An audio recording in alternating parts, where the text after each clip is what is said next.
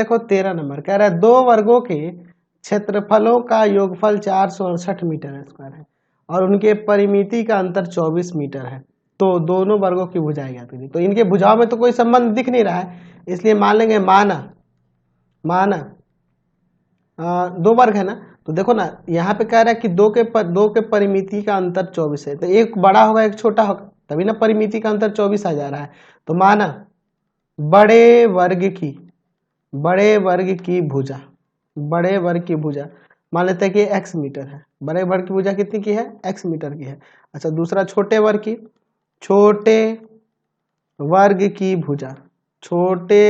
की भुजा वह y मीटर है, यह मान लेते हैं। चलिए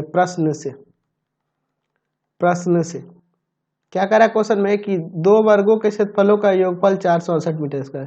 तो आपको पता ही है वर्ग का क्षेत्रफल का फॉर्मूला क्या होता है, वर्ग के क्षेत्रफल का फॉर्मूला होता है भुजा का स्क्वायर। तो पहले वर्ग का एक्स स्क्वायर और दूसरे वर्ग के लिए वाई स्क्वायर, और दोनों का योगफल कितना है 468, यह पहला समीकरण मान लेते हैं। ठीक है, फिर आगे कह रहा है उनके परिमिति का अंतर। तो आपका वर्ग का परिमिति क्या होता है, तो वर्ग की परिमिति क्या होती है, तो होता है 4 गुना में भुजा, यानी कि पहले का 4x और दूसरे का 4y और दोनों का अंतर जो है वह 24 है। यहाँ से 4 कॉमन कर लेते हैं, तो 4 कॉमन करोगे तो x माइनस वाई बराबर में 24, यह 4 जाके भाग में जाएगा तो x माइनस वाई बराबर में 24। यहाँ से आप चाहो तो x का मान या y का मान, तो अगर y का निकाला तो इसको उधर भेज दो, इसको इधर भेज दो, x माइनस 24 बराबर में y, यह समीकरण 2। तो यहाँ से y का मान समीकरण 1 में रख देते हैं, y का मान समीकरण 1 में रखने पर, तो समीकरण 1 आपका यही ना है, एक्स स्क्वायर प्लस वाई की जगह पे क्या रख देंगे, x माइनस 24 का होल स्क्वायर और बराबर में 468, यही ना दिया है। चलिए अब इसको यहाँ पर हम लोग सॉल्व करते हैं। सॉरी यहाँ पे देखो मैंने स्टेप गलती कर दी, 4 को पहले भाग में भेजने से, इसको हटाते हैं फिर से करते हैं। चलिए फिर से इसके आगे देखिए, मिस्टेक हो गया। चलिए इसको भाग में भेजोगे तो x माइनस वाई बराबर 6 हो जाएगा, इसको इधर भेज दो, x माइनस 6 और बराबर में y, समीकरण 2। y का मान समीकरण 1 में रखने पर, समीकरण 1 है आपका एक्स स्क्वायर प्लस वाई की जगह पे आ जाएगा x माइनस 6 ना, x माइनस 6 का होल स्क्वायर और बराबर में 468। चलिए अब इसको सॉल्व करते हैं।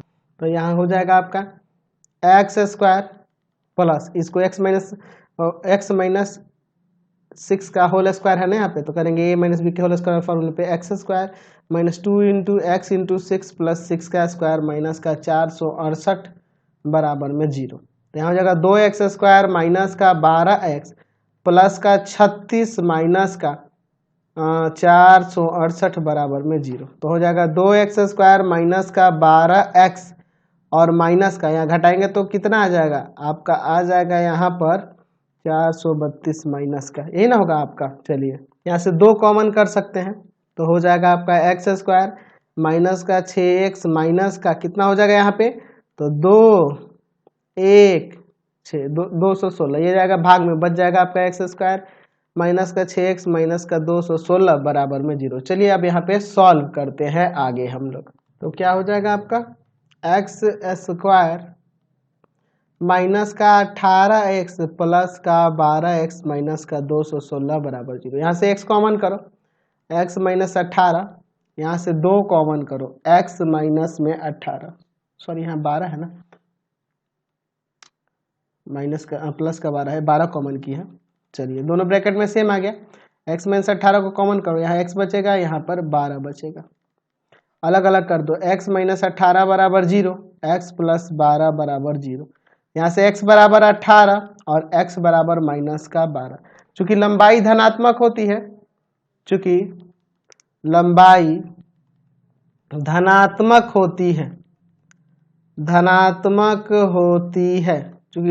धनात्मक होती है, इसलिए x बराबर 18 लेंगे, माइनस वाले को छोड़ देंगे। समीकरण 2 लीजिए, समीकरण 2 से क्या था, y बराबर है x माइनस में 6, x माइनस 6 है ना, y बराबर x माइनस 6 था ऊपर हम लोग, y बराबर x माइनस 6, तो यहाँ रख देंगे। तो यहाँ पे 18 रख दोगे तो 18 में से 6 गया 12, वाई का मान 12 आ गया। इसलिए बड़े वर्ग की भुजा आ जाएगी आपका 18 मीटर। अच्छा, छोटे वर्ग की भुजा वो आ जाएगी आपकी 12 मीटर। समझ गए? चलते हैं नेक्स्ट क्वेश्चन पे। चलिए क्वेश्चन नंबर